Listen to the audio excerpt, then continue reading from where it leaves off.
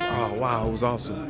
Thank you for the poetry and the music at the same time. I heard in the shower, right, he did time, and I said, whoa, this is going to be interesting. He had this inner spirit about him that really touched people and made people feel that they were a part of his world. By hearing jazz, it just takes it to another level. I can relate to his lifestyle. I really identified with what Frank Morgan said about finding the deeper him, the perfect him, the true him. There's not many things inside of a prison that can actually captivate every race, but music can.